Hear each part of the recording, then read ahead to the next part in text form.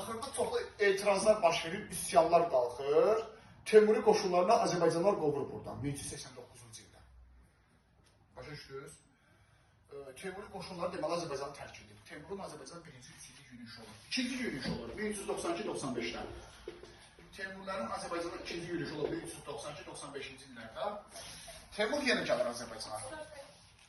Teymur Azərbaycana gəlir 1392-də ikinci dəfə. Görür, amma buraları tutmuşdum axı. Baxın ki, burada qoşun qalmayıb. Azərbaycanlar üsyan qaldırıb, bunların bütün qoşunu buradan çıxdı. Oğlu Miranşaha görə. Miranşahın musiqiçisine də qadağa qoyur ki, bir də mən oğlumla əlaqə saxlamam. Pozmuşsan. Hə, Miranşahı vəzifədən falan göndərir. Sonra Miranşah öləcək.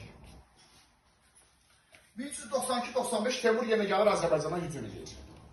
Yenə əlində qalası istisna olmaqla bütün Azərbaycanı tutur. Yenə əlincəni tutandır. Yox, bu dəfə başqa məsələ. Bənzər bir şey. Yenə əlincə qalası istisna olmaqla Azərbaycanı tutur. Yenə əlincə qalası da Naxçıvana düşür. Deməli, Naxçıvan tuta bilmir. Deməli, əlincə qalasında Teymura qarşı güclü müqavimət olur. Teymur da tutası idi yenə əlincə qalasını. Prosto burada bir müqavimət olur. Biraz vaxt lazım idi Teymura. Ona görə də biraz vaxt lazım idi ki, əlincəni tutsun. Amma bu dəfə yenə gelir Toxtamışın üstünə, Terek döyüşündə Toxtamışla vuruşmağa. Yadınıza salın 1395-ci il Terek çaysanında döyüş. Toxtamış Əmir Teymur arasında. Hə. Yenə Azərbaycan tam tutanmadı.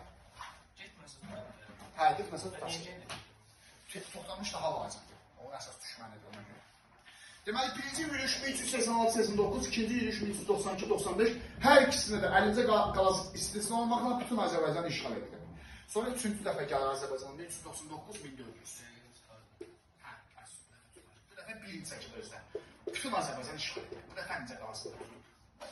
Hətta belə bir cümlə var kitabda. 1400-cü